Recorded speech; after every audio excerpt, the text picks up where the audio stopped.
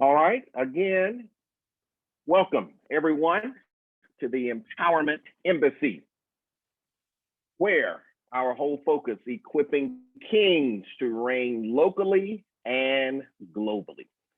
That is the assignment that God has given us, and it is an honor to be a part of what God is doing from heaven. I'm always excited, always humble by this responsibility that God has given my bride and I. Again, we always want to thank you. We don't ever want people to feel like they are taken for granted. We always want to thank you so much for continuing to invest in the kingdom through the Empowerment Embassy. So we appreciate your giving. And again, we are good stewards of what God is bringing into this ministry, and we're continuing to make an impact locally and globally into this ministry. I want to take some time and just thank Lady Laura. Let's give it up for Lady Laura for taking care of things last week. Thank you. I don't see nobody giving love to Lady Laura. I don't see nobody giving love to Lady Laura.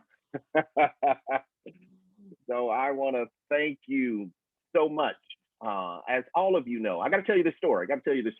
Years ago, when Maya was real little, at that time, we had one vehicle. So Sylvia was taking me back to a session. And Maya was real young. So Sylvia, you may need to come on. Guys, I'm not the best storyteller. My wife, she'll fill me in, Ambassador Wayne, if I mess it up.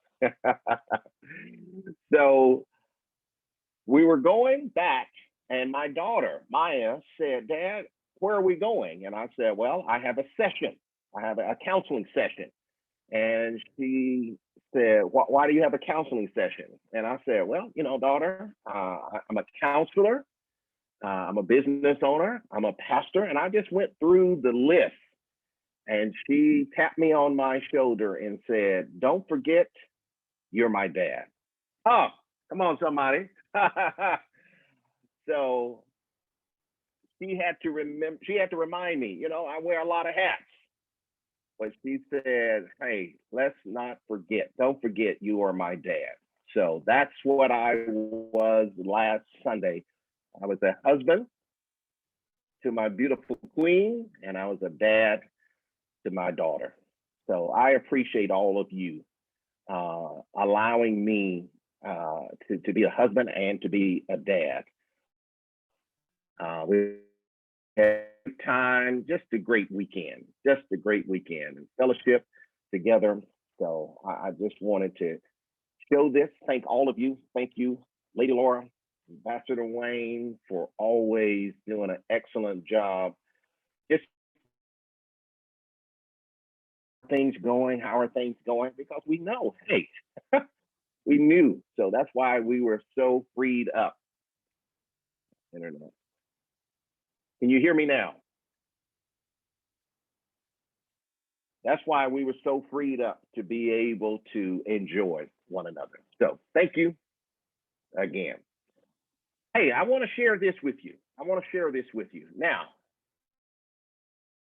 I live off of revelation, not confirmation. I'm going to say that again. Y'all write that down. As ambassadors, we don't live off confirmation. We live off revelation. All right. But when confirmation comes, it sure is nice. So let me share with you what happened Friday. I was on a panel. And we were dealing with the topic, church, how to achieve unity. And this gentleman here, Dr. Pepe Ramna, he is a scientist. I am working on getting him to speak to our group, because this man, he has taken the kingdom, the message of the kingdom, and he looks at it through the lens of a scientist. Man, what a perspective! What of a perspective that is just unbelievable. So he was on this. He was a part of this panel, and look what he said. He said, ministries that are proclaiming the message of the kingdom are not mega in size, but mega in impact. God is looking for his remnant to unify to fulfill his assignment on the earth. My friend, when he said that Friday, I'm like, what have we been talking about, y'all? Somebody get off of mute and tell me, what have we been talking about the last 2 weeks? Somebody get off the mic and tell off the mute and tell me. Talking about being a remnant. I know you about died when he said that. I tried to keep my composure, Ambassador Carlos. I tried to keep my composure, but I said, look at this. Look at this. Dr. Remnant, he travels all around the world, and he said every place that I've gone, people that are really talking about the kingdom, they're not mega in size, but they are mega in impact. And when he said that God is just looking for a remnant, I said, Lord, have mercy. Oh, have mercy. I said, I live off revelation, but thank God it's nice to get a confirmation. So I was excited. I was excited about that because it just, my spirit bore witness to what he said, because we've been talking about remnant. We've been talking about how God is taking a remnant, and we all know a remnant is not the biggest piece of the cloth. It's the remainder, and how God is using that to really make an impact. So I just want to share with you, again, we live off revelation, not confirmation, but my friend, when we get it, it is nice. It was nice. So I was Dr. excited Banks. about that. Dr. Banks, Yes, before you ma'am. move on, you weren't here last Sunday, but, we talked about remnants and that how, remnants are made to come together with other remnants. So that's just kind of further, once again, that confirmation that, we're not called to be a remnant as a piece by ourselves, but to unify and connect with the other remnants. So that's just a further confirmation of the revelation that we've had. So that was pretty good. Yeah. Glory to God. Glory to God. I love it. Because when he said it, because even Sylvia and I was talking, and definitely what Lady Laura was saying, a remnant on its own, my friend, is not really useful at all.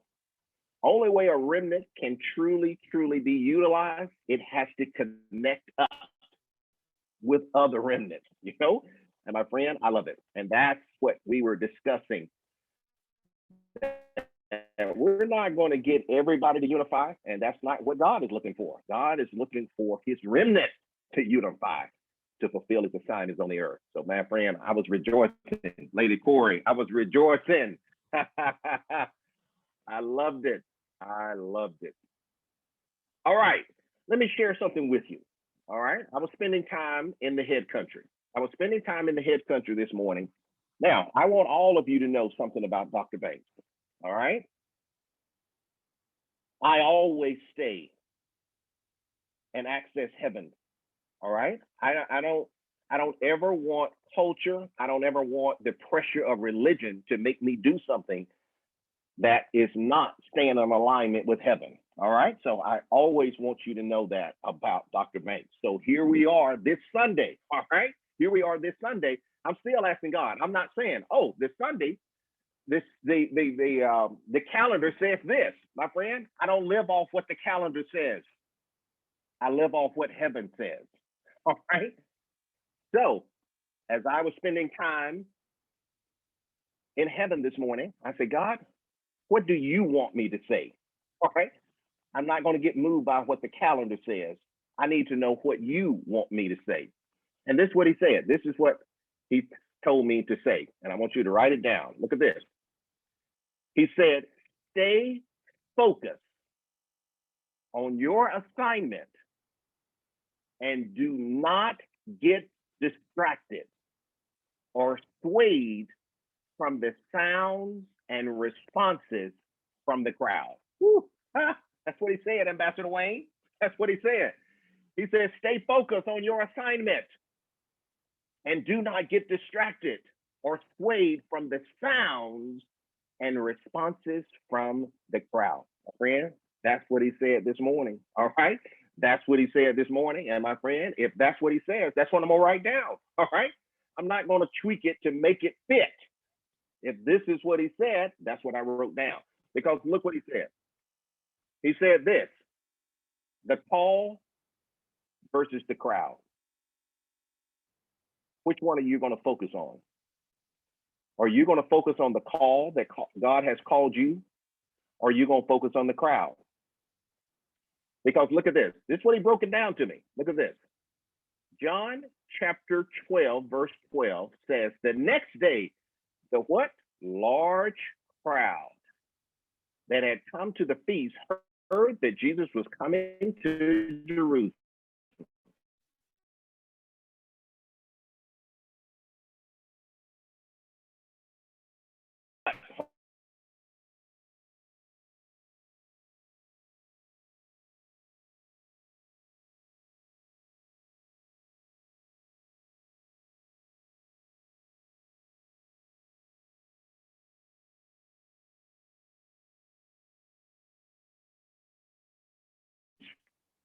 For them Barabbas instead. And Pilate said to them, then what shall I say with the man you call the King of the Jews? And they, the crowd, cried out again and said, what? Crucify him. And Pilate said to them, what evil has he done? But they shouted all the more, crucify him. So Pilate, look at this, wishing to do what? Satisfy the release for them Barabbas. And having scourged Jesus, he delivered him to be crucified. My friend, look at this. The same crowd that said, Hosanna, blessed he who comes in the name of the Lord, is the same crowd later said, crucify him. So heaven said, make sure that you spend time focusing on your call. And don't get swayed. Don't get swayed by the crowd. All right? Don't get swayed by the crowd. All right? Time to debrief.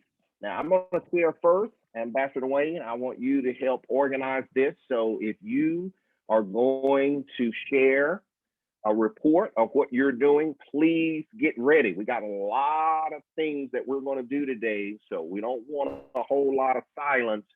So after I finish, and I'm going to say it's time for partners to share. So if you have something to share, what you've been doing, please go ahead and get in line. Ambassador Wayne is going to oversee this because we got another, not an activity, we got another thing that we want to do as well today.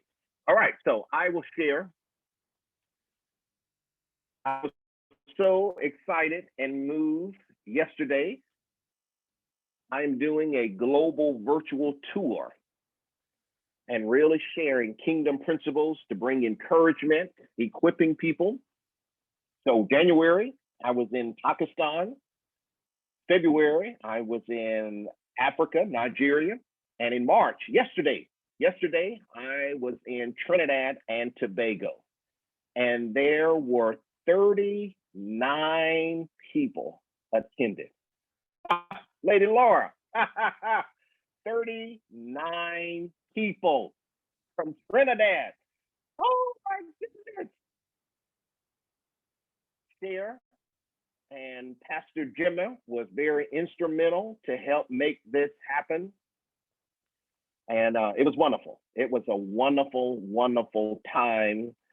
It was from 10 to 11:30, 10 to 11:30, and just really sharing some kingdom principles with them, helping them understand who they are, helping them understand how they can impact their country. Because Ambassador Carlos and I, we've been going to Trinidad ever since 2000, 2006 or 2008.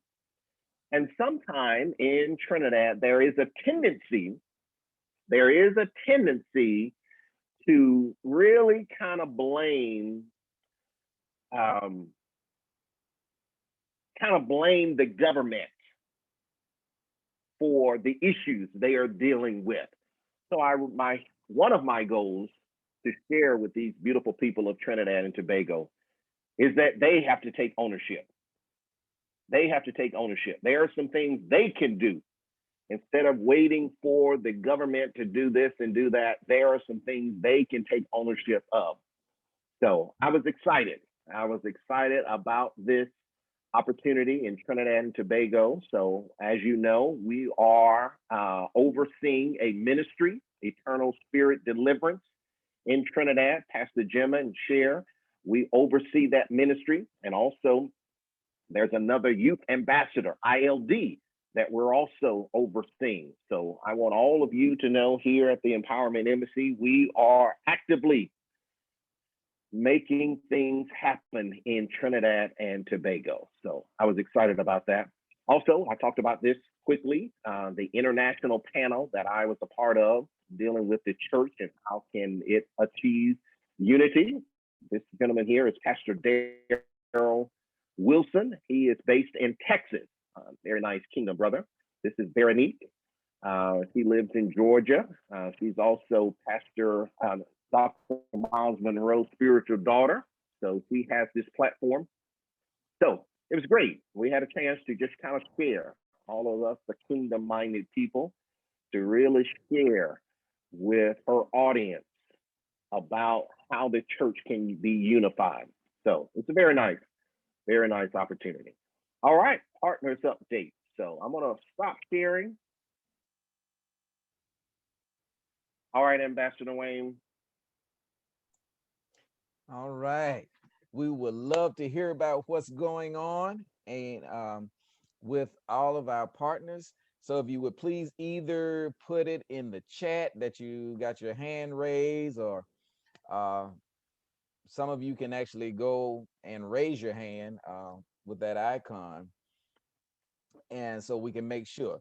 So the first person I see is Corey. Lady Corey. So yesterday I was able to do a urban intellectuals pep rally. And what that is the company that I work with that I do videos for, they have Black History cards. We had a pep rally just to, bring all the parents and kids online and do some activities and talk about parenting issues. Well, one of the great things is that I was on a panel, and the thing that I talked about was identity, purpose, legacy, and leadership. So I was able to put in all of those components in answering the parents' questions and just giving them some tips on how to help their kids and help themselves with understanding their purpose and understanding their identity. And it was really nice because there were actually over 250 parents on the line. So he also gave me a platform to be able to invite those parents to my own Global Perspective homeschool co-op. So I thought that was very generous as well. And so it was just a great conversation, and I got a lot of great feedback and a lot of parents really wanting more information about Global Perspective. And because I spoke about identity and purpose and legacy and leadership. So that was an awesome opportunity to share with them. What a way to start off. Lady Corey, y'all. Look, I was still trying to write, I was still trying to spell intellectual, so I'm glad. Hey, I heard that. I love it, love it, love it. Thank you for sharing that. And that's what we're talking about today. Anyone else? Very nice. Does anyone else Exactly. have something to share what they were doing? I'm scanning the globe. Now, Lisa, are you clapping, raising your hand, or thinking? I raise my hand. Okay. Sorry, y'all. Good morning. This month, I have been invited to at least 4 different podcasts, and 3 of them are about hospitality, and it's going in the path. I'm being aligned with what I'm going to do. And so I'm excited about that. They want my ideas on how to create unity in the workplace and how to help hotels get back on track with personal development of the employees. So I'm very excited about that because it is really pushing me towards where I'm going. And 2 of them are paid. Hallelujah. So, amen. Mm.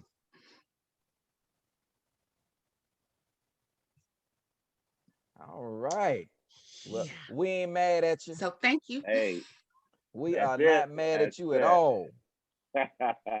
Mm. So you can We actually expect Um, get it to go paid for that this way. thing that God gave you. Okay. Oh, wait, Wayne, it is possible. Wayne, this is Corey. Yes. Can we ask LJ about the speaker opportunity with Les Brown's thing?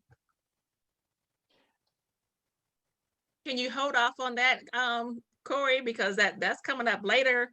When He's is out. that, Lisa? Has it already happened? Okay, It's coming in June. in June. June. Okay. Okay. All right. But Corey, we shall sidebar. Oh, here we go. Okay. I'll be talking in church. Yeah. See. I can't pull the mic, but you know. All right. Do we have anyone else who would like to share?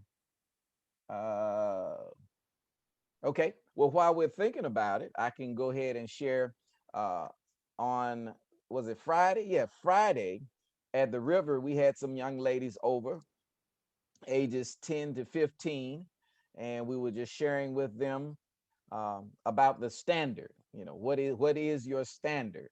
And it was a very good conversation. Matter of fact, I tell you what, Laura, can you talk a little bit more about it, because I was in and out. We just kind of designed this. We have like an overall topic, but we don't really say, okay, we're going to talk about this, this, and this. And really, we let the girls, their responses kind of guide the conversation. So sometimes we kind of just veer off, but we started off with the Mr. and Mrs. Potato Head pieces with the game and how to put that together. And but the bottom line is that sometimes we get so wrapped up into what the world's putting us in the box that the ear has to go where the ear and the feet go where the feet. But don't forget that you have to understand your standard and how God created you to be. And it might not always look like someone else. And just don't forget about you being unique, and that everything that's within you is unique, and anything that you give to the world should be unique. And so to wrap that up, I had like an arts and crafts box. And what the girls had to do was I gave them a name, and they had to create a unique gift for that person based upon the pipe cleaners and whatever. And they had to explain why they made this unique gift for this unique person. And so the bottom line is that everything you give is unique, and every person that you give it to is unique. And never forget that our standard is being unique in God's kingdom, basically. And for those of you who know Nice, me know good nice, and well that nice. Laura was the one came up with that.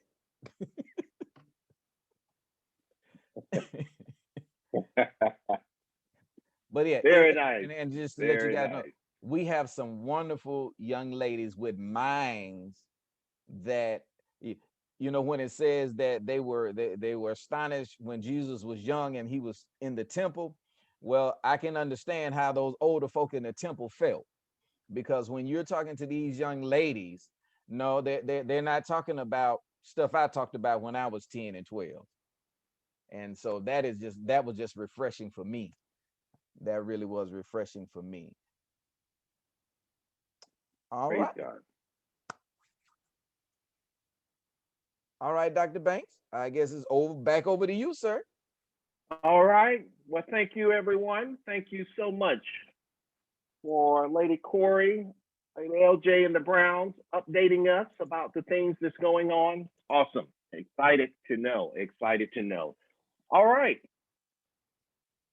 Well, here's another piece that the Lord dropped in my spirit, dropping pearls in the field. This scripture, Matthew 13, 45 and 46 says, again, the kingdom of heaven is like a merchant in fine pearls, who on finding one pearl of great, and he bought it. So dropping pearls in the fields is basically sharing a kingdom strategy that impacts the field. So that's what we're going to do. We're going to go a rundown of all the fields and get some insight, get some strategies from every field. So I am first, and I am going to do the regions field. And the question, how do you make a global impact? That's the question. How do you make a global impact? All right. So last Saturday, I did a purpose discovery training in Nigeria. Purpose discovery training in Nigeria. So here are 3 ways that I have found, how do you make a global impact? The first thing is all about relationships. It's all about relationships. That is a major key. When you are going to impact another nation, before you go in there acting as the expert, build relationships first. All right. Best thing to do is build relationships and get invited.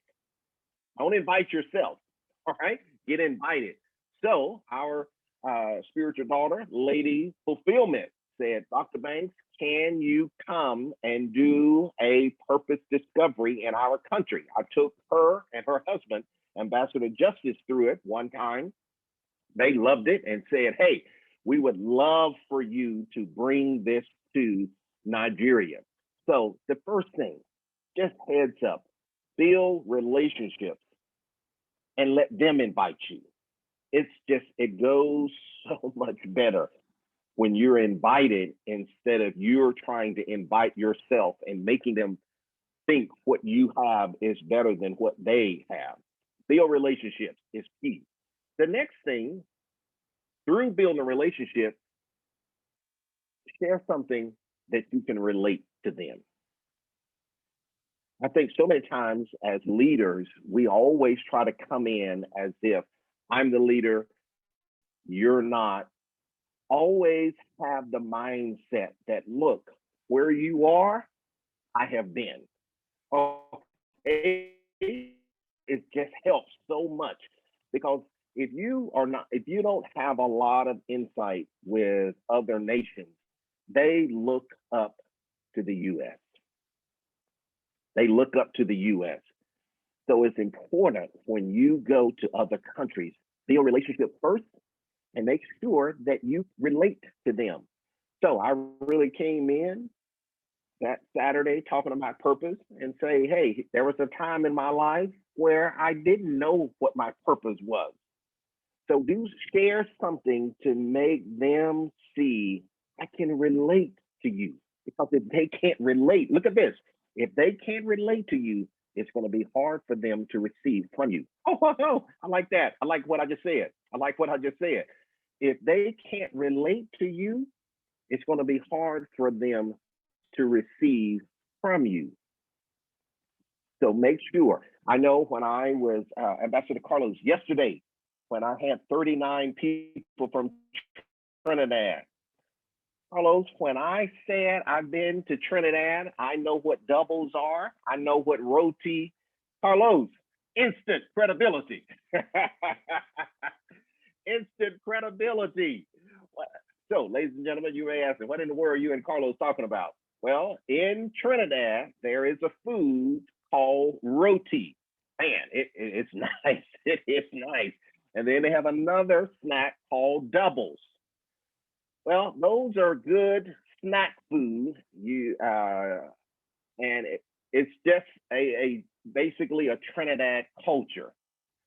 So when you share, hey, I know what a roti is, I know what doubles are.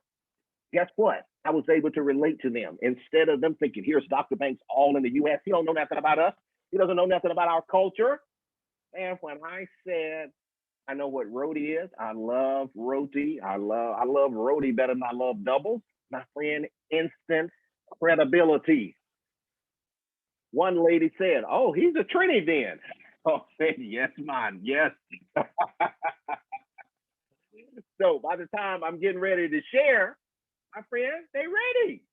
So these are little things that's important for us. If we're going to be global strategists, these are the things that we have to be and take mindful of. So first, build relationships, do something to relate, and then look at this, share a revelation that impacts their whole country. That's what you're wanting to do, my friend. You want to share some insight that's going to end up impacting their country. There is over 1 billion people that live in Africa. There's 1.4 million people that live in Trinidad and Tobago. So the principles that I was sharing yesterday in Trinidad and Tobago is that revelation can totally transform their whole country. Purpose, my friend, y'all know how powerful purpose is. Just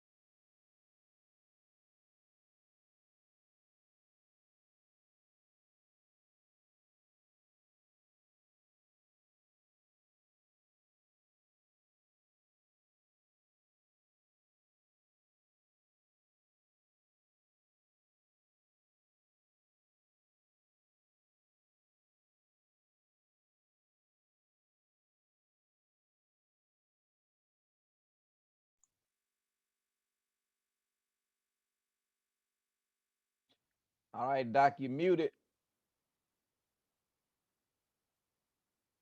unmute. All right, so the next person up is Ambassador Carlos, and he is going to share how do you minister to your family, your immediate family, and your extended family about the kingdom. So Ambassador Carlos, please let everyone know your story. Okay. How you have impacted your family, and give us some concepts if we would like to start doing that with our family. Okay. For most of you that are on here know the story. I started 6 years ago in March that I wanted to impact my brothers and sisters and my biological brothers and sisters and nieces and nephews. I have 12 brothers and sisters, and my mom raised 10 of us, and there was 3 sets of twins that were raised and 6 kids in the house at the age of 3, 6 of them at the age of 3. And so 6 years ago, I started, it was just a burden on me that what I saw, it really affected my life, that this is not how we was raised. This was not how things was going. I was looking at my nieces and nephews. And then I heard something that says, well, what are you gonna do about it? You know, because it'd be a shame, the voice I heard said, it'd be a shame if you did not try to do anything about it and you see something going wrong and then you're saying that's a shame. And so I didn't want that. And so got together 6 years ago and we have been on conference call ever since. And that's just making it short. But one way that I would, one of the pearls out of 3 that I would drop is this is, be and live out the example that will impact your family and give credibility to what you say. And that's one thing I've always done throughout my life, because I always was looking out for my younger brothers and sisters. My sister and I are twins, and we're the oldest. And so I always wanted to live my life in such a way that, and I wasn't always saved, but I just wanted to be a good example for them so that whenever I do come to them, that they would be able to respect me and my words would have credibility and my life will have credibility to what I do. And so Philippians 1:27 and 30 out of the Message says it better. It says, meanwhile, live in such a way that you are a credit to the message of Christ. Let nothing in your conduct hang on whether I come or not. Your conduct must be the same whether I show up to see things for myself or hear of it from a distance. Stand united, singular in vision, contending for people's trust in the message, the good news, not flinching or dodging in the slightest before the opposition. Your courage and unity will show them what they are up against. Defeat them, victory for you, and both because of God. There's far more to this life than trusting in Christ. There's also suffering for him, and the suffering is as much as the gift as the trusting. You're involved in the same kind of struggle you saw me go through, on which you are now getting an updated report in this letter. And that's from the Message. So it says it better than I could say it. And so that's one way that I definitely try to, how I'm able to minister to my family or anybody, is you got to be intentional about your life and what you say and what you do so that it will impact them, that they'll believe when you say something, they'll believe it, you know, because they trust in you. And the second one is always practice humility. Don't act like you know everything and you are perfect and haven't made any mistakes. And I find that very impactful in ministering to the family as well. And the New Living Translation says, some of you were once like that, but you were cleansed, you were made holy, you were made right and with God by calling on the name of the Lord Jesus Christ and by the Spirit of God. So we sometimes forget that we once was like them. We once was in that situation of like them. And so we got to realize that, okay, don't always practice humility. Don't come to them like you know everything and like you are Jesus Christ, you know, and what you say is the Bible. You know, you just got to practice humility always with them and realize I once was like that, even though we don't think we were, we was. And so that's another way that I have the family's attention. And plus, I wanted to remind you that we've been on a conference call 6 years since March. Going on 6 years since March. We used to do it every week, but for the last year and a half, we don't move to every other week. So, and it has made a huge impact in the family's life. Now, is it going the way that I intended for it to go when I started? No, it is not. However, God reminded me that, hey, this is your family. These are your brothers and sisters and nieces and nephews, but they are my people. They belong to me. So one time I got into my flesh and I was getting frustrated because they act like they didn't want to move out of Egypt and let's get to this promised land. So of course, had to go through Egypt. Then we had to go through uh, wilderness to get to the promised land. So that mindset that they had, it was frustrating. So God had, I didn't want to be like, he reminded me of Moses. Look, I told you what to do. Don't you strike the rock. You speak to him. Don't get into your flesh and you miss out. And so I remember him vividly showing me that. And so now what I do is I take my time. So the last pearl I'm gonna give to you is love. Love them where each of them are. Love them where they are in their own lives unconditionally. And you know, Corinthians talk about love is kind, love is patient. When you're dealing with family, you're gonna have to be extremely patient. You're gonna have to be extremely kind because they have a different mindset. You know, some of them, every last one of them have a different mindset. So when I'm on a conference call with my brothers and sisters, it's been an average of about 12 to 15 that's settled right now. And so each and every last one of them have a different personality. I have to be aware of all of those personalities when I speak, because at any given time, I could be on a little fire and somebody get discouraged or somebody go off in a different direction. So you got to be real sensitive to who you're speaking to and to each and every last one of them. And so for the last going on 6 years, it has been a constant growth. God has done incredible and magnificent things. And is he doing what I wanted to see, what I wanted to see starting off? Not really, but it's better because he's changing their mindset, because before I try to get them into the promised land, they got to empty out all that other stuff before they get there. And that's what he's been doing over the years, is just cleansing. We become closer.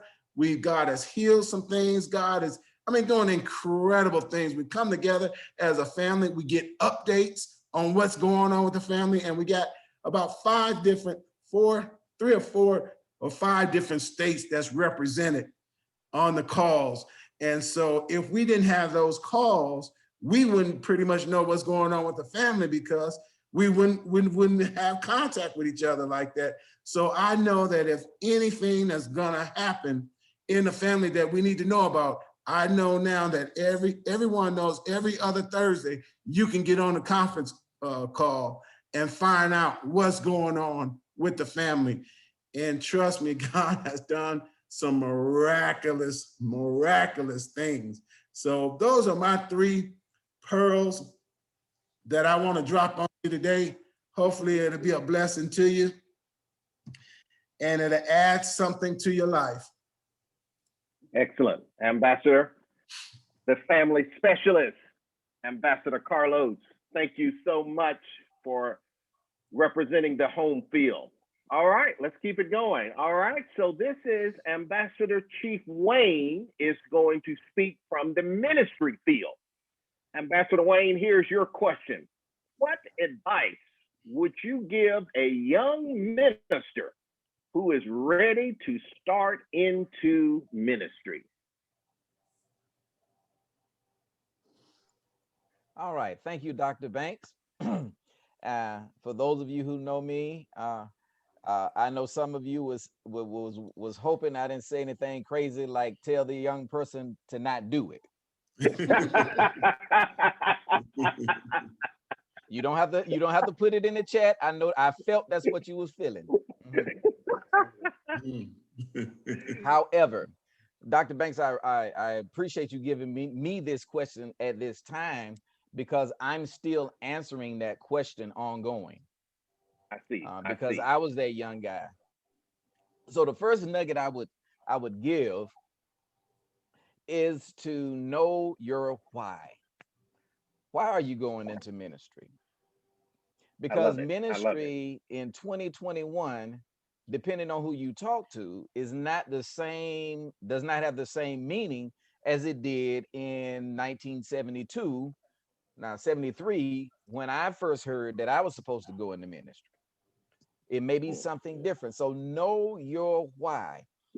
We know that in Revelation it says that God has made us kings and priests, and that we all are sons of God and joint heirs with Christ. And that's in Romans 8. And then we have the Great Commission in Matthew 28 to go into all the world.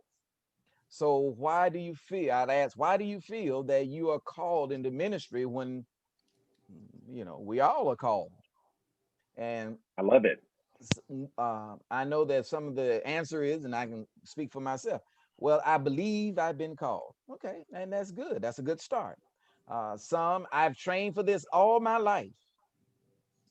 Good to have training. Good to have training. Others may say that some prophet, elder, or pastor, or evangelist has spoken to their lives and told them what they're going to be. And all these things can happen. But until you know why, until you get an answer from God as to why you are in ministry, you may be struggling the whole time you're in ministry, or you may feel empty because something is missing. So the first one is to know your why. Once you find out, okay, if you got that answer, who are you called to? You're breaking You it are down, not, Ambassador. none of us are that good where, oh, I'm just called to anybody that would listen. Okay, then maybe you need to listen to your calling, because you are not called to everybody. Paul, the most prolific writer in the New Testament, he was not called to everybody. Actually, Paul was called to the Gentiles. Peter was called to the Jews. Even in the Old Testament, Jonah was called to a group of folks he couldn't even stand. He had to go to Nineveh. And so you have to know who you are called to. And Dr. Banks, I love it when you put that, as you were talking about Trinidad, you need to be able to relate to people. Well, if you're not called to that people, what you're going to do is you're going to go in and you're going to try to impose what you feel as though they should do and how they should do it.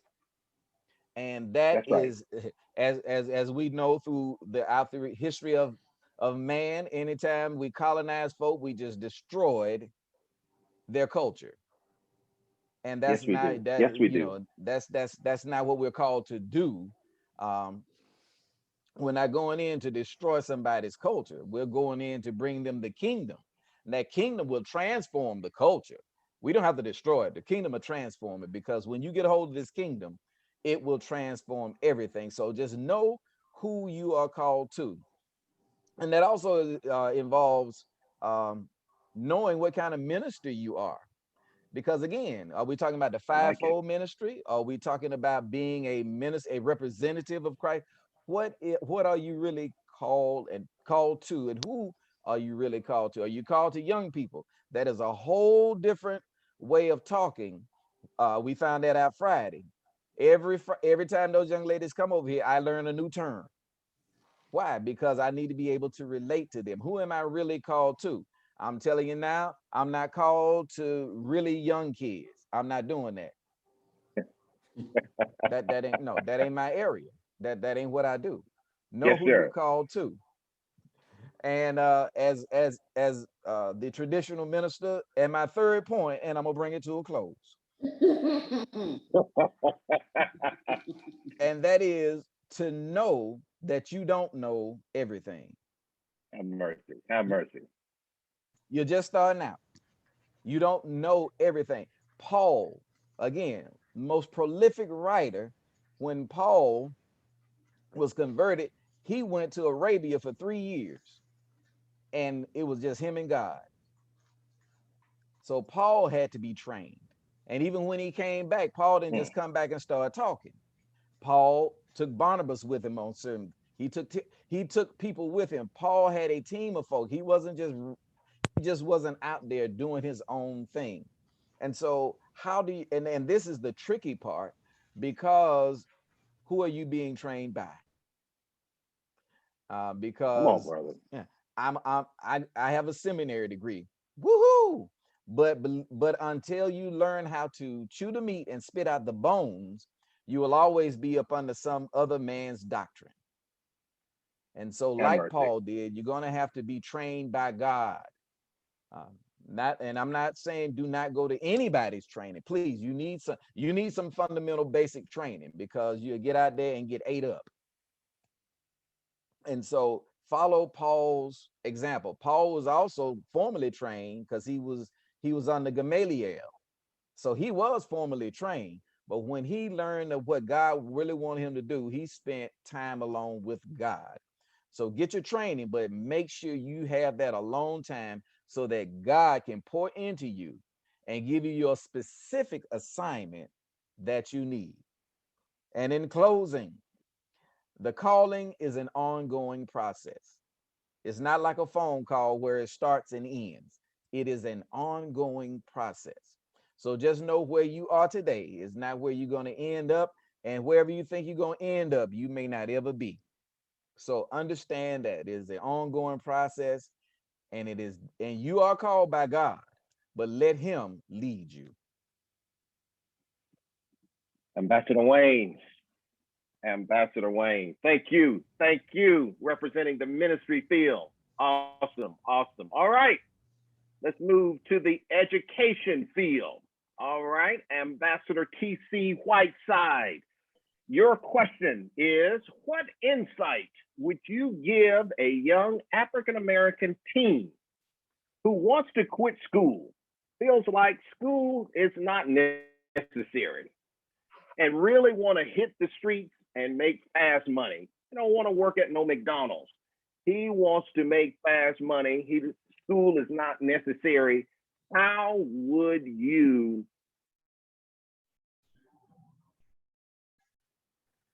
young mind? Well, good morning to everyone.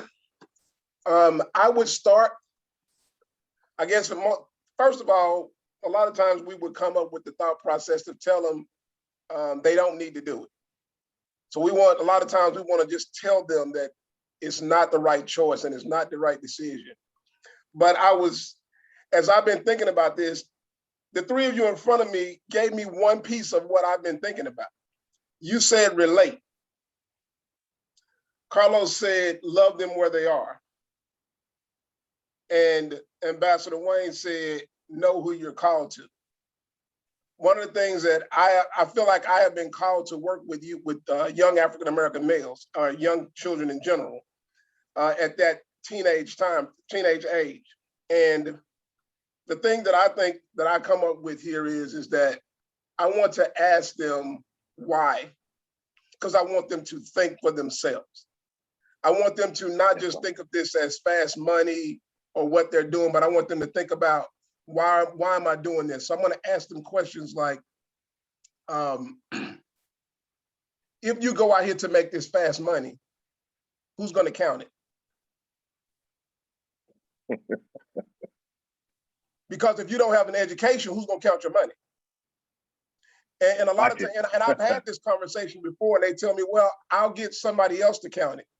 So somebody else is going to tell you how much money you have, and you're going to trust them.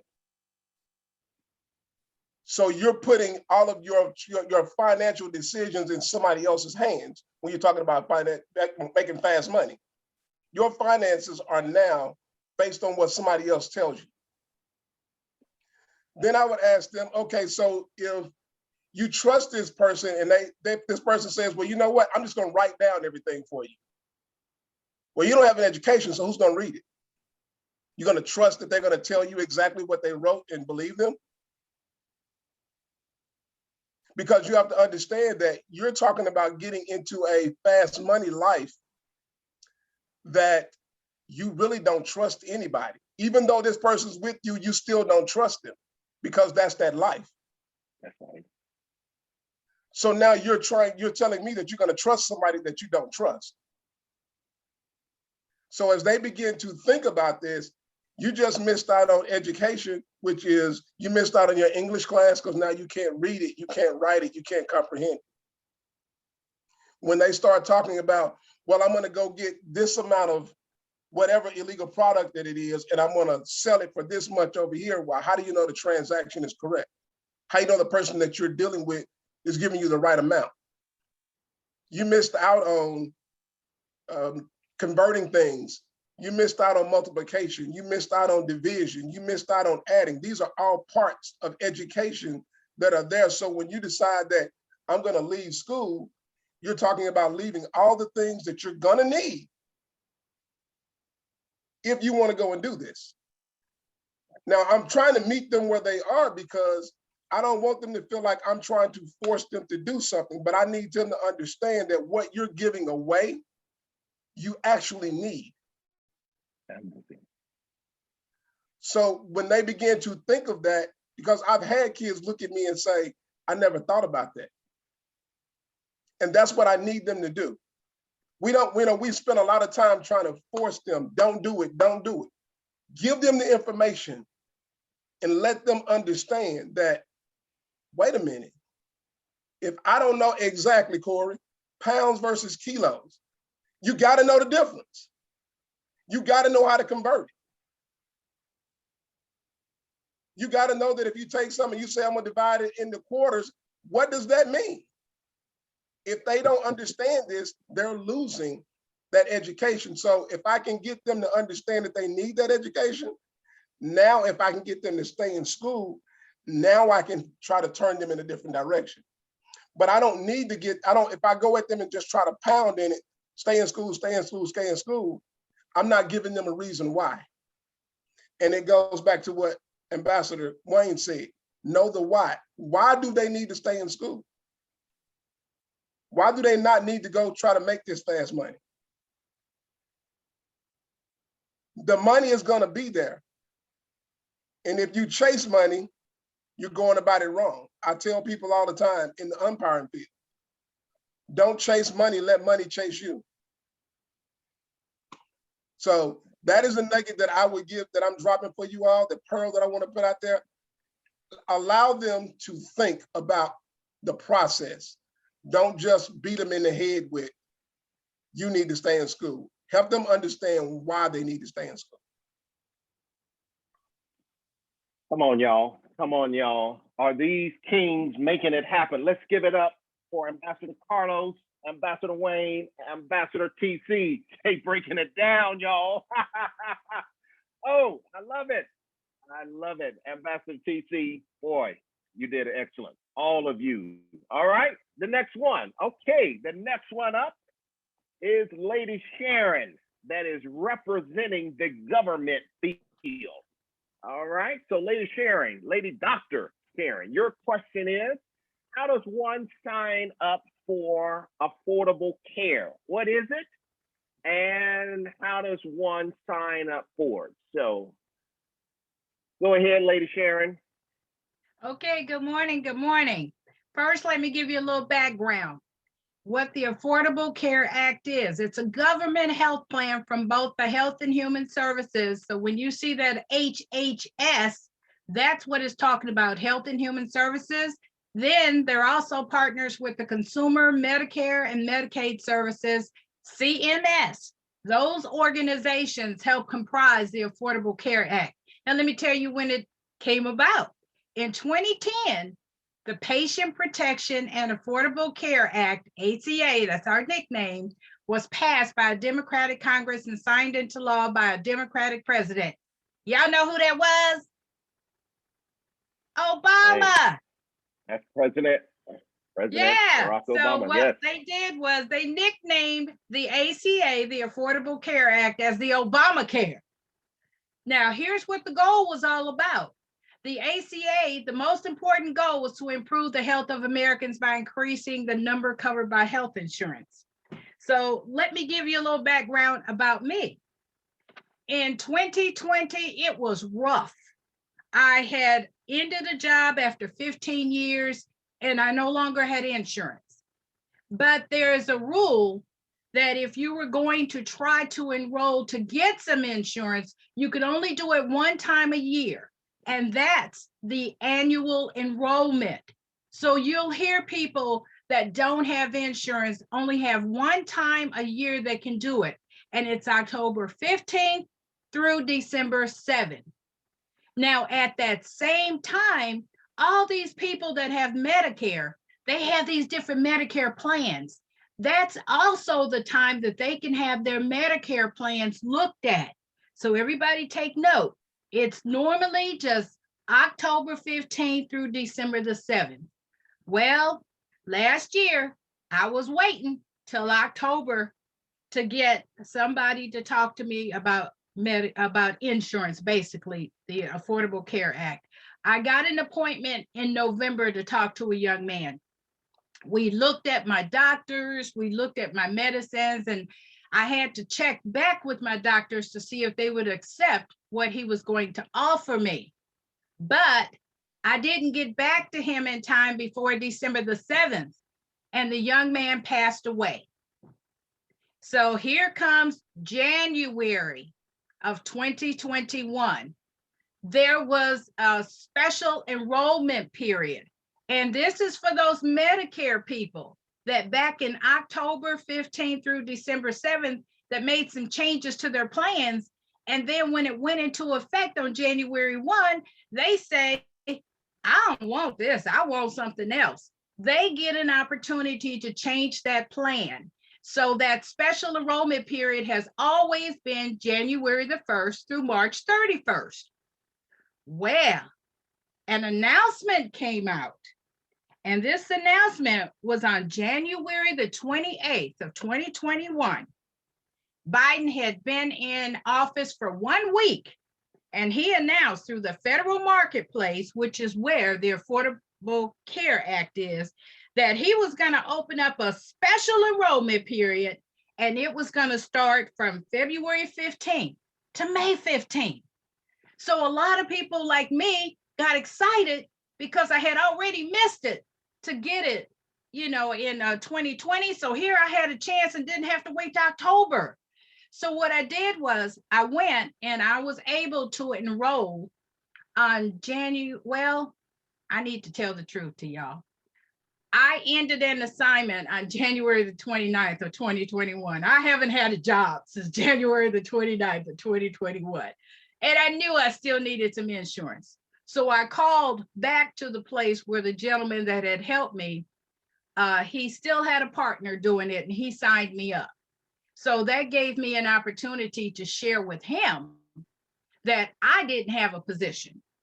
And he has offered me the opportunity to come and fill the position that the other gentleman had. So some people know that, some people don't. I'm just putting it out there. So what we ended up doing was started making plans for the special enrollment, but I found out I didn't have all the credentials that you needed. So I didn't share during our debriefing time, but y'all, I've been studying my tail off, and I finally got credentials. I finally got all the credentials I need to write for the Affordable Care Act and for Medicare. So what happened, we thought, and I couldn't believe that it did, but that there were more than 200,000 people in the first 2 weeks that special enrollment period of February the 15th through May 15th came out. Over 200,000 people started signing up. And I'm going, wow. Well, on March the 23rd, which was last Tuesday, another announcement came out, and it was from Biden and Harris. Their administration said that they were going to create an American Rescue Plan. It's called the ARP. And it was announced. And it was going to create to reduce healthcare costs, that you were going to be able to access insurance coverage and address your healthcare disparities. Now, the date that was going to take place is starting, I guess it's this Thursday, April the 1st through August the 15th. So all these programs are going to be available. So now we got the opportunity to let you know some initial things that are going to be coming up about it. So you've got those dates. And then what we have here is what you can expect to happen with it. So many of us, like me, that have premiums, they're going to decrease on an average of $50 a person. And if you got a full policy with other family members, the whole policy is going to decrease about $85. Now, 4 out of 5 enrollees, and it's up from 69% before the ARP, they're going to be able to find a plan for $10 or less per month. After taxes and over 50%, it's going to be up from 14% before the ARP came out. And they're going to be able to find a silver plan for $10 or less, because they have the different plans as bronze, silver, and then they go up to gold and sapphire. Okay. So here's an example. Like a family of 4, they're going to be making $90,000 on their income. They're going to see a premium decrease by $200 a month. And people like me, they're the individuals, and we're making unemployment money, 19 or less, will be able to find a health insurance coverage with no monthly premium. So I'm going down to 0. I thought I might at least make $10. I'm going to 0, where I've been paying like $68 a month, but this is $66 per month on the average. So here are your next steps for this. You're going to call to get an appointment, and we can set it up via Zoom or in person. And I'll explain all the information that you'll need when you make the appointment. But this is for people who currently have marketplace insurance and they want to review to see if they're eligible for the reduction of premiums or if they're a first-time enrollee. Now, let me tell you something that's really pertinent about this, why I was pushing so hard in 2020 to get some insurance. Because when you file your income taxes, y'all don't realize it, we could have been penalized if you didn't have any insurance. So I knew that. And I was being smart enough to try to get me some insurance before I filed that income tax this year. Because I knew that it might be a penalty that I have to pay. And goodness knows I wasn't going to pay no penalty because I didn't try to get any insurance. Okay. Another key thing is you're going to be asked some pertinent information just to begin with, but there is no charge for the quote. It's free. So the number that you're going to call right now is a local number, and it's 423-240-9394. And y'all that know me, y'all know that's not my number, don't you? So what we're going to do is get you in contact with getting set up, but I can't do anything before April 1st. I've got to make all these changes April 1st. Another thing that I found out, and I should have put this at the top of it, I apologize, but it's FEMA and COVID funeral assistance. There was an announcement that came out this week, and I was just blown away from it, but it told who would be eligible to get some FEMA COVID-19 funeral assistance. And to be eligible, you got certain conditions to meet. If you have a loved one or anybody that you know, and they had a death that occurred in the United States, in our US territories, and even the District of Columbia, okay? The deal is that the death certificate must indicate that the death was attributed to COVID-19. Check that death certificate out to see if it has that on there somewhere.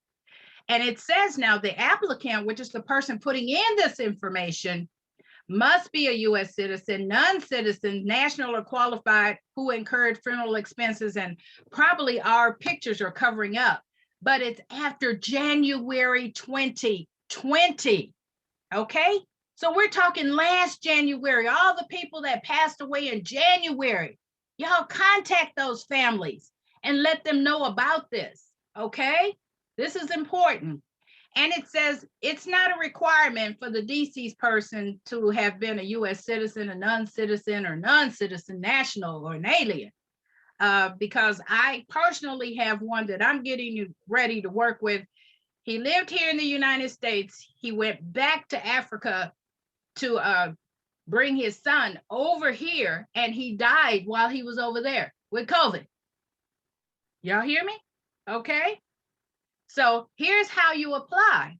Here, and starting in April, which will be, I guess, Thursday, and I'll get more directions, and it might be on their website. FEMA's going to begin accepting applications. Now, if you have any COVID expenses, you know, because that could be hospital bills, that could be a number of things. Okay, we encourage you to get your documentation together. You got to have that official death certificate, and you can go to the health department, you know, and get death certificates as well. if you have the right information, the funeral expense documents, your receipts, your funeral home contract that you sign. And as long as it includes the applicant's name and the deceased person's name, the amount of funeral expenses and the dates the funeral expenses happen. Your documentation's got to have that. Then you got to have proof of funds when it's received from other sources, like if it was a plan or a policy that you had, just be able to show what you received from the burial or the funeral, you know, and from any agencies that may have helped you or whatever. Okay, give me my next screen.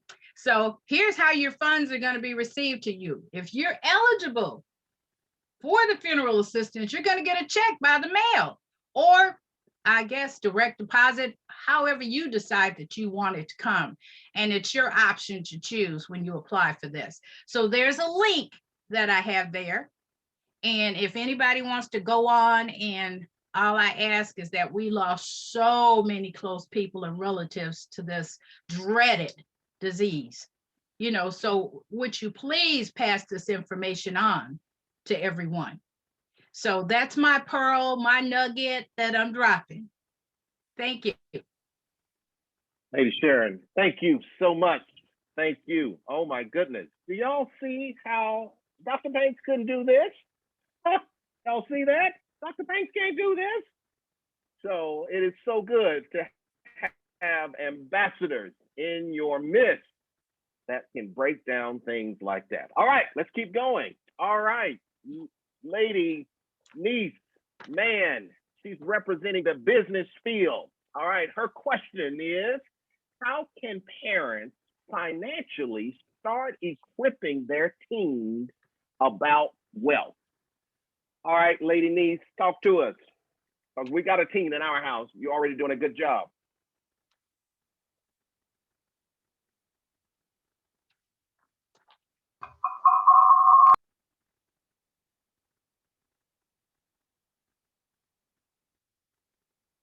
You're on mute.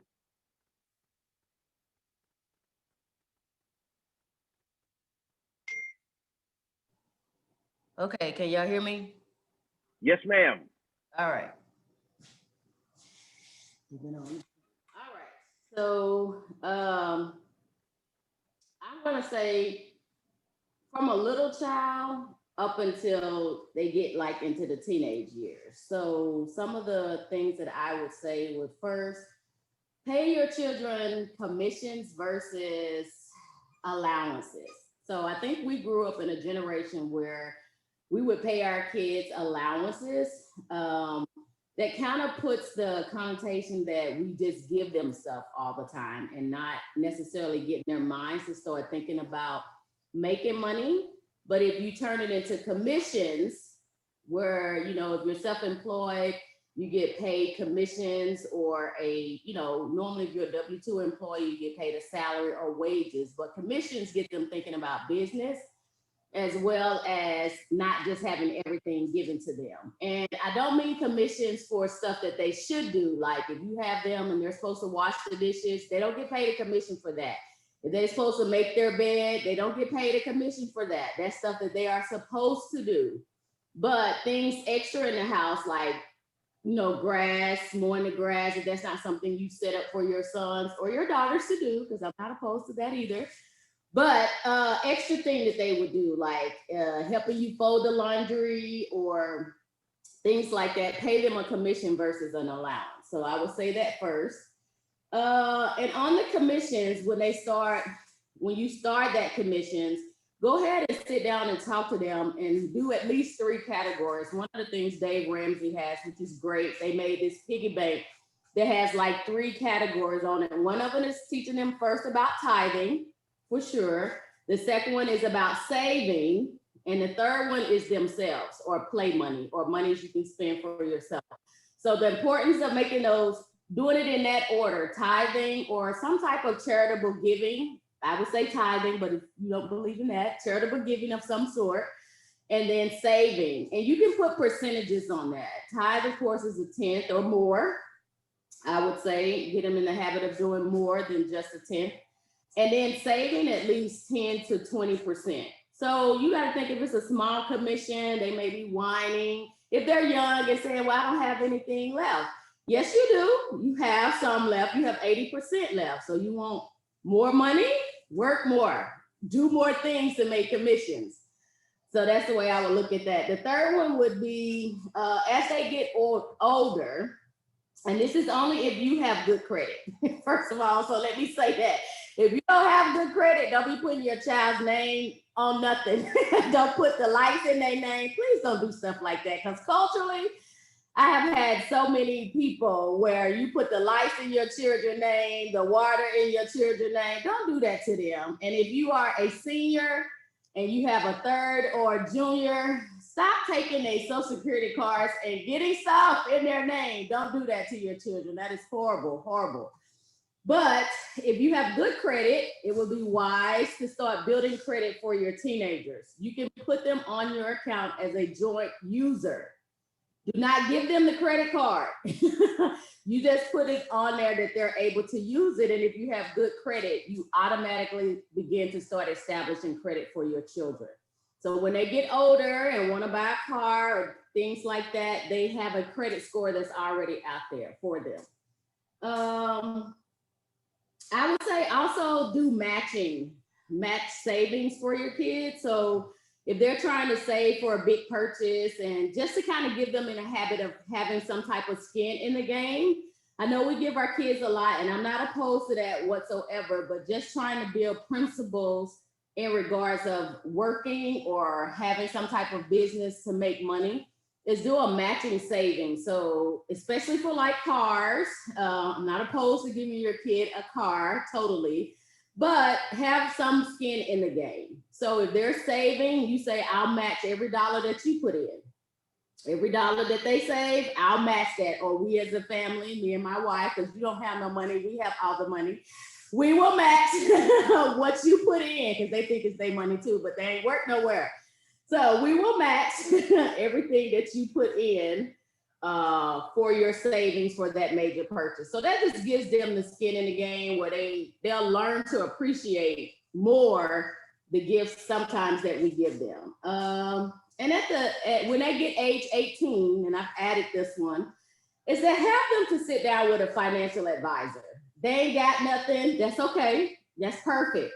But they need to have the habit of knowing that they can go sit down with somebody at Thrivent, shameless plug, or at Edward Jones or Fidelity or any financial advising company just to get them in a habit, especially us culturally. We think unless you have $100,000, you can't go talk to a financial advisor. That's not true.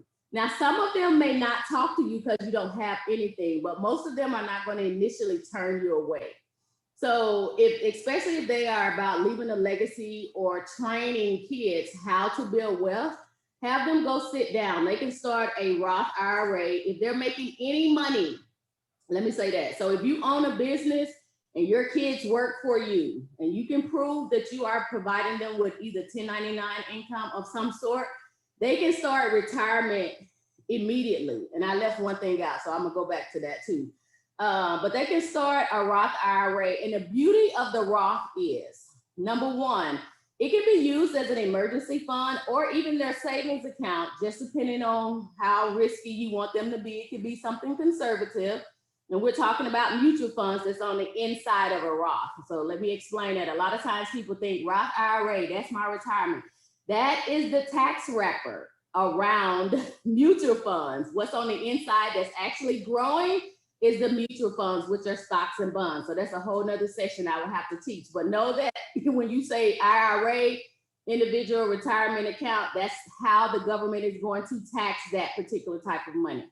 Okay, so at 18 or even younger, if they're working, actually at 16, if they're working, they can start putting away. So it can be their savings, because every dime that you put in a Roth, the principal you can always get to without any type of penalty. You can't get to the gain. So for example, you have $1,000 that you have contributed to your Roth, not a traditional IRA, but a Roth IRA. You can always get to that $1,000 without any penalty. They can withdraw from it. You know, if you're putting money away for a car or something like that, they can get to the principal. You just can't get to the gains without any penalty before 59 and a half. And the importance of, if they start doing retirement, kind of get them in a habit of don't cash it out. Don't go get it. You should have an emergency fund to the side if you run into something. Talk to your financial advisor before you just go get it, first of all, because a lot of times people take their money out, and I'm talking about as adults now, to start business and things like that. And I'm not superly opposed to that, but let's talk about why you're going to get money out of your retirement plan. So I'm going to back up a little bit.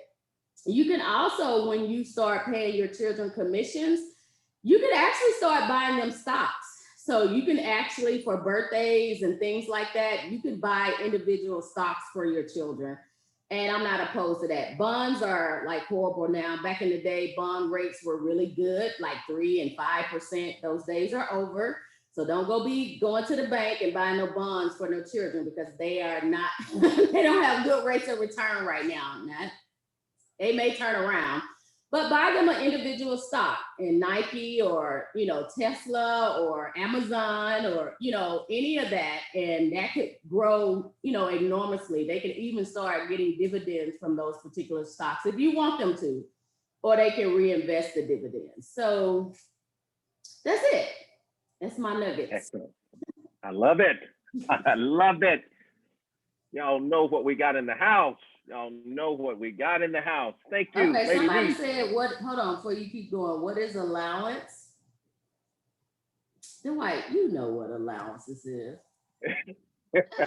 When we pay our kids, back in the day, let me say maybe everybody don't know. Well, when I was growing up, you would get allowance for different chores that you actually did in the house. You would get paid an allowance, for those who don't know. But I would say don't pay them allowances, pay them commissions instead. And yeah. Excellent. Very nice. Thank you, Lady Niece. Thank you. You're welcome. All right. The next field is the medical field. My friend, everything we need for every field is in the house. Y'all hear that? Do y'all see that? All right. So the next person. Okay, what's going on? Okay. Can you hear All me? right, so the next person is Lady Donna, and she is going to share the best vitamins to take during the spring season. All right, go ahead, Lady Donna. Okay. First of all, I'd like to say, Lady Donna, did you guys have, Lady Yeah, Donna, did you guys probably have two close. computers open? You guys have two. turn Okay. it off. Okay. Put He got it. put He one got of it. He put got one it. of y'all microphones on mute, please, because it's causing feedback on our end. So mute one of the microphones on y'all computers. Okay, is that better? Nope. Put on mute. Turn the speakers off. There you go. Okay. Sorry about that, you guys. No sweat. Okay. Speaking of vitamins and everything, first of all, I like to say that consult your physician when you starting vitamins or different vitamins. If you're already taking vitamins, you can continue and converse with your doctor, because some vitamins interact with certain medications. I did some research on some vitamins. We during the pandemic, we have lost people. Statistics, they said that, affect the African American community very hard. But I think it just across the board, coronavirus in general, just bad and deadly all over the globe. So what I found out is I did some research on different vitamins. Particularly, I already have heard of vitamin D, D3 in particular.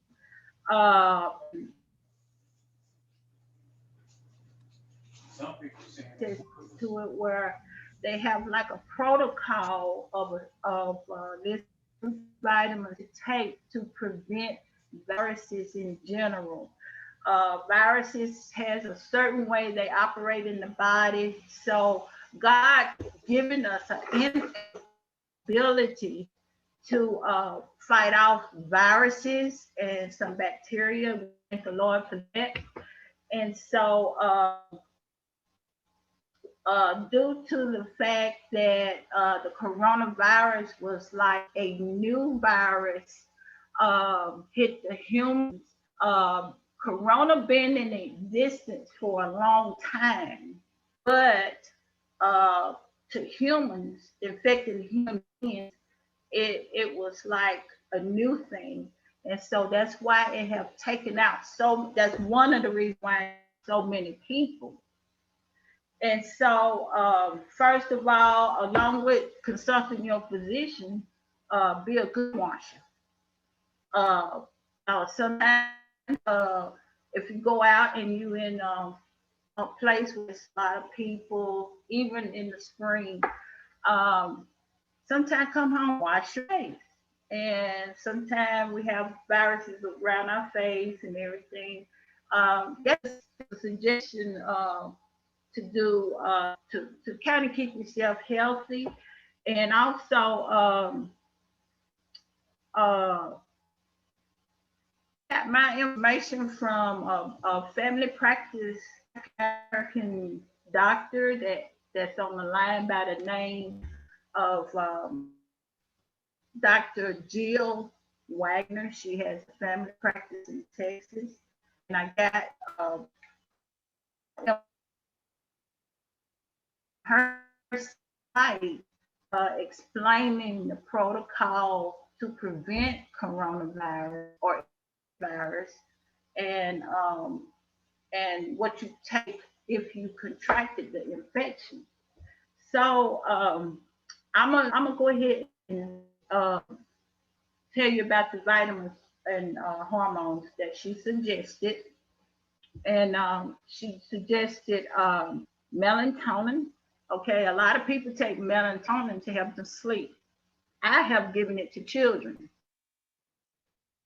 What it does also, it helps your what you call mitochondria in your cells. It's the power source of your cells. And so what melatonin does, it helps you have more strength in your immune system. And so when you're strong, even if you're around the viruses, you have, like I said, God give us the innate, it will power your immune system, strong up against the virus. And that is considered, melatonin is considered as a hormone. And so vitamin D, the next one is vitamin D. We get vitamin D3. In my house, we take vitamin D plus K. Okay, I was told by I go to Nutritional World, not trying to promote them, but you ask questions. The K2 helps you absorb the D3. And so anyway, vitamin D is a very powerful antioxidant. It helps our immune system kills the virus on the front end of the virus if you contract it, and it helps you fight at the end so that your immune system won't go into overdrive. And that's important. When your immune system go into overdrive, that's when start inflammation, you start developing fluid in the lungs. You start like you have like nose running. That's your inflammatory response. But let's see, the next aspirin. If you could take aspirin, a lot of people can't take aspirin. It's good, like if a person contracted coronavirus, in particular, but yet still, you still have to consult your physician. The aspirin causes your blood um, to run. I mean, it thins out the blood, in other words. And so, with coronavirus causing inflammation inside the blood vessels, it causes inflammation, causes the blood to thicken. So, when a person contracts coronavirus and they go to the hospital, what they give them is a stronger blood thinner other than aspirin, or they might give aspirin according to the level. But that's what coronavirus does in general, is inflammation in the blood vessels. And so at home, for like to prevent coronavirus, or if you contract aspirin, it's a good blood thinner. And also, they found out when people have coronavirus, they have diarrhea. Okay, this doctor suggested as a home remedy, if you don't have to go to the hospital, metodine, Pepsi. It's over the counter. It's for GI symptoms. GI means your gut, and that means that when people have diarrhea, that's the gut, that's the inflammation in the gut. And do not at a time, because usually Imodium helps stop diarrhea. But at that particular time, if you're suffering and you know you're suffering from coronavirus, it's suggested, again, talk to your doctor. It's suggested that you take Pepsi because it lowers the inflammation in the stomach. And so I'm not going to make this long, because these vitamins work synergistically together, and along with whatever your doctor suggested. And I have the information, or if y'all would like to go to the website, if you want more clarity on before and after of the protocols to keep yourself healthy, you could go to Facebook and type in Dr. Jill Wagner on Facebook, and she has a very, very good in-depth explanation on what to do, because she have found in her practice most of the African Americans that she tests, vitamin D levels are low, and that's probably because of our genetic makeup. I don't know, but she is that vitamin D levels should optimally be in our system of 5 to 80, whatever that unit is. But generally, she said the majority of African, the vitamin D level is 6 to 10 compared to 50 to 80.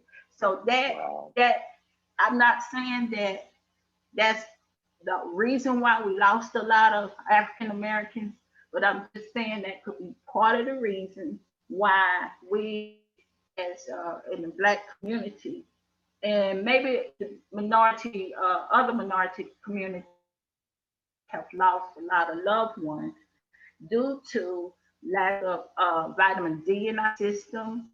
And also, she suggested one more nutrient is quercetin. It's spelled QUERCITIN.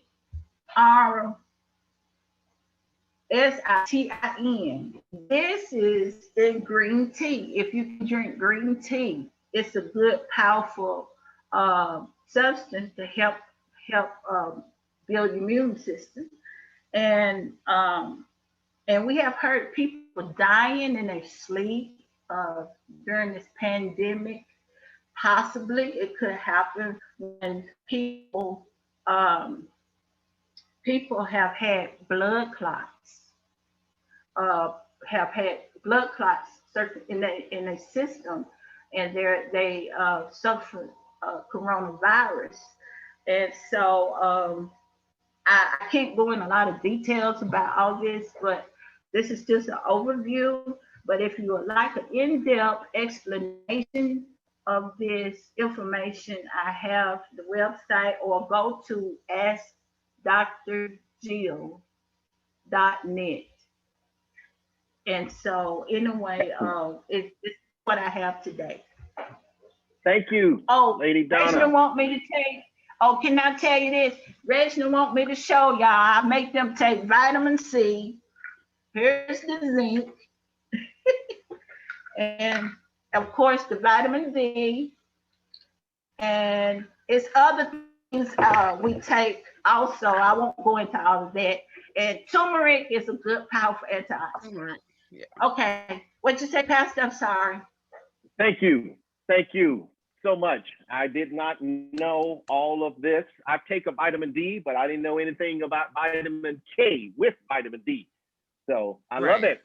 Lady Donna, thank you so much. Thank you. All right, the next one. Lady Laura is going to speak from the arts field. So Lady Laura, you are very versed in social media. So I would like for you to share with us, how do you share strategies through social media? Please educate us. Will do, will do. I have share my screen here so you guys can get a visual of what I'm talking about. So basically, as far as advancing the kingdom through social media, and I'm focusing more on the engagement styles and tactics. So these are just pearls on how to share the share pearls. Can you guys hear me? I know my microphone was acting up earlier. Can you guys hear me clearly? We can hear you. We can hear you. Okay. So I kind of think back to, you know, what Jesus did. Of course, he didn't have social media like we did, but he still had various engagement styles and he had various tactics on how to get the kingdom message out. And so I took the acronym LEAD to talk about different engagement styles. And so, you know, you guys can figure out, you can do a combination, but you have to figure out what your personality is, what your temperament is, know why you're sharing whatever it is you're sharing, and know, you know, identify who you are sharing it to or who you are sharing it with.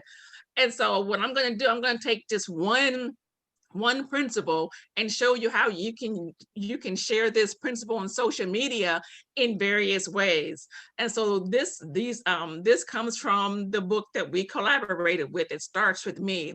And so it's one of the questions from the book. And what I did was I took about 60 so questions and I made graphics for each question. And so there's about 60 something questions that come from the book that already have pre-made graphics to them if anyone is interested in having those to use for social media.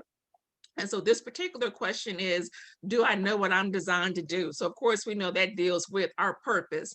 And so several different ways to get on social media, and there are just almost endless numbers of social media platforms. You have Facebook, TikTok, LinkedIn, Pinterest, Instagram, all these, you know, Snapchat, there are, you know, Google Plus, just tons of different ways that you can share this.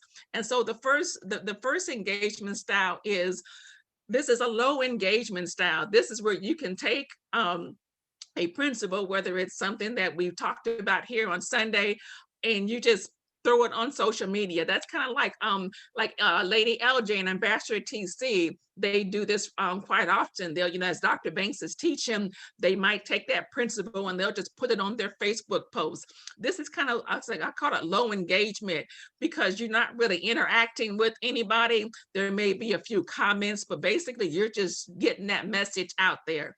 And that's pretty much a low engagement style, a low tactic style. It doesn't take you a lot of effort to do it, and that's not a bad thing. You just have to figure out, is that what I want to do?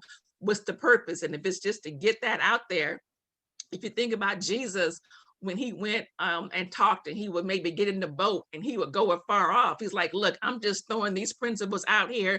I ain't trying to have y'all ask me a bunch of questions. Y'all just take this and run with it. I'm in a boat, I can't hear y'all. And so that was, you know, that's a low engagement tactic. The next one you take, what am I designed to do?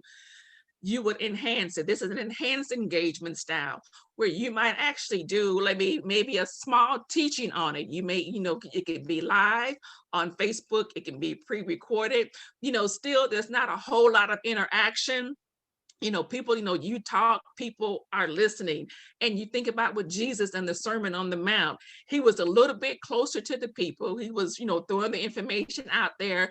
Every now and then somebody might ask a question and he would respond to it. But the purpose of Jesus doing that was there was an enhanced engagement. I'm closer to you, but I'm still not, interacting in a back and forth thing. And so that's called just an enhance. And you can do that with, once again, the principles that we share here each week. Once, you may do your own Facebook Live. Hey, this week we're talking about remnants unifying with each other. And you can do your own, small teaching. You can pre-record something. Once again, this works on any platform that has so you can upload videos. And once again, TikTok is very short. You only got so much time with TikTok, Facebook, YouTube, and things like that. So this is, once again, the same question. Do I know what I'm designed to do? Do a small teaching on that. The next one is what I call active. This is where you might have one-on-one conversations with someone. Dr. Banks does this on, I think, on Fridays, when he might invite a guest onto Zoom, and it's one-on-one engagement where he's talking to that person, and they're discussing with one another. There might be some interactions with viewers, but that's really not what it's designed for. Once again, it's designed for people to come, watch, take the information. If he happens to look at what's happening in the live, he may engage, but basically it's just one-on-one. If you think about what Jesus did when he was, let's say, when he was healing the blind man, that was a one-on-one conversation. Other people were around and they watched it happen, but he was really dealing with the blind man. And you may take some questions, like somebody say, "Oh, whose fault was this?" And he answered that question, but it really wasn't designed for a lot of conversation. It's like, hey, me and this person are interacting, you learn from this. And so you could do a principle with that. You might invite, a person on to talk about purpose, and you and that person are going, back and forth, and other people are just watching. So that's another engagement style that I call active. And the last one from the LEAD acronym is dynamic. This is where it's a lot of engagement. You can host live discussions similar to what we're doing here. So we take this one question: do you know what you are designed to do?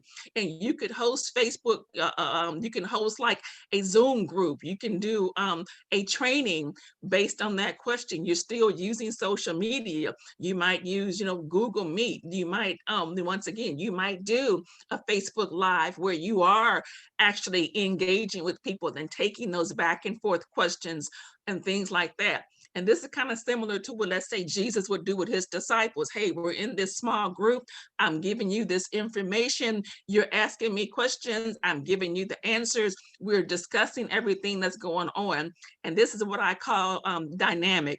So you could take one principle, you can take one concept on any platform and use any of these engagement styles. You can use a combination of these engagement styles. You figure out, what you are comfortable with. Well, I don't really like, I don't really understand how to work all these buttons and all that. Okay, you might be the low engagement person where you just take it, you throw it out there. And, but you might say, well, I really like this one-on-one discussion. I really like getting involved with people. You might be, more apt with the dynamic engagement style. And so you look at these and figure out what the principle is you're trying to share. Understand your personality, understand why you're trying to share it, understand the people who you are sharing it to. And you can use any of these tactics on any of these platforms with any principle or any concept that we learn here, or that you learn anywhere dealing with the kingdom. And so, for those of you who would like to say, well, you know what, I would love to be able to have some social media graphics.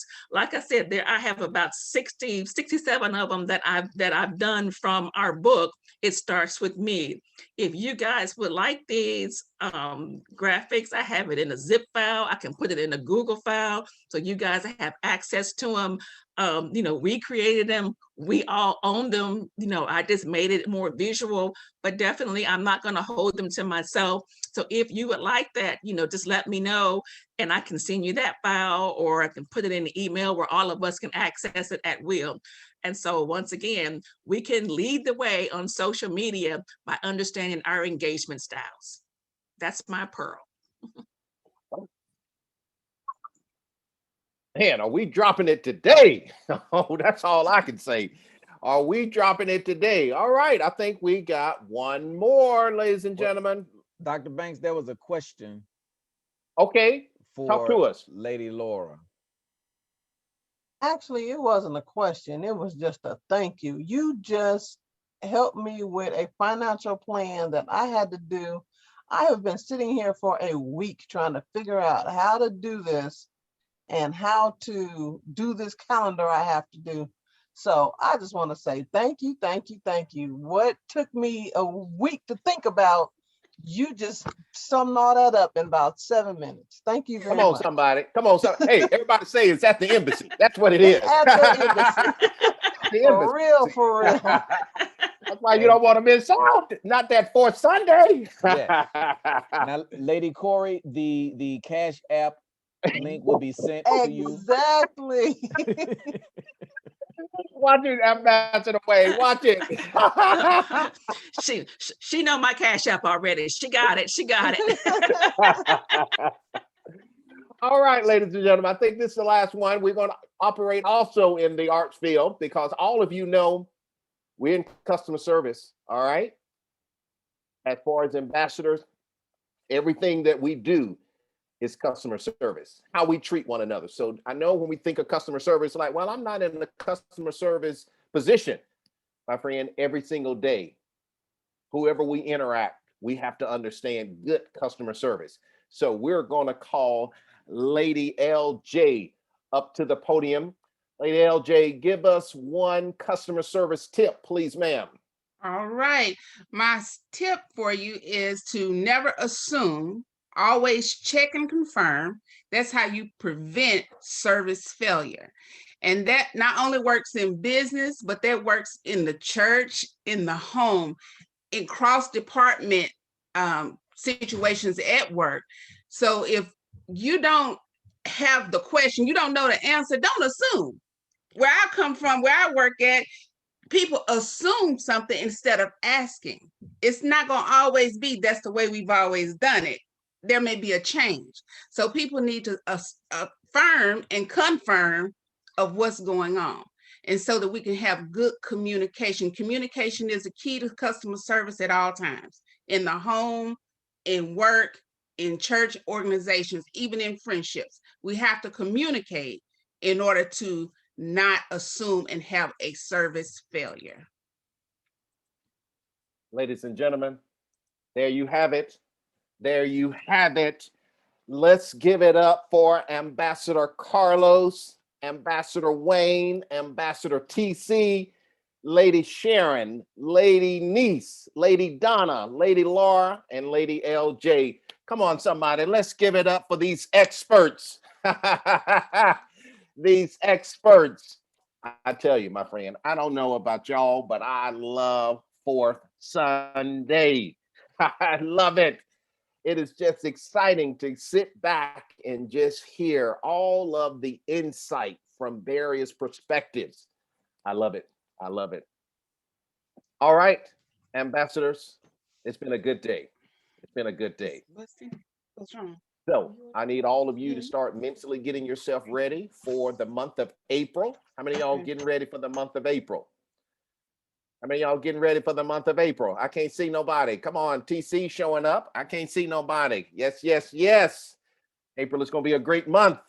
April is going to be a great, great month. So prepare yourselves. All right, let me pray us out. Father, we thank you We thank you for the wisdom that you have given this remnant group. But Father, we have access and we have information, we have knowledge, we have pearls for every field. Father, we decree that we lack nothing, that we lack nothing. In whatever field that we're in, we have insight. If we are in the home, Ambassador Carlos has given us wisdom of how to minister to our family. If we are dealing with finances, Lady Niece has given us insight of how to walk out. If we're in the health, the medical field, Lady Donna dropped it and helping us with vitamins that we can take now to prevent illnesses. So Father, let us always know that everything that we need to live in this life successfully, Father, you've already given us the wisdom to access it. So, Father, I bless these experts. I bless these awesome people of God. Bless them, Father. We thank you for taking care of us during the month of January, February, and March. And Father, we are already speaking that you're going to take care of us during the month of April. We call it done. We speak favor upon our lives. We pray that we will walk in health during the month of April, every need that we have. We thank you for opportunities that will come from the north, south, east, and west. We are blessed and designed to be a blessing to others. We call it done. We call it done. In Jesus' name, amen and amen. Lady Ruby, talk to us. Lady Ruby, how are you doing?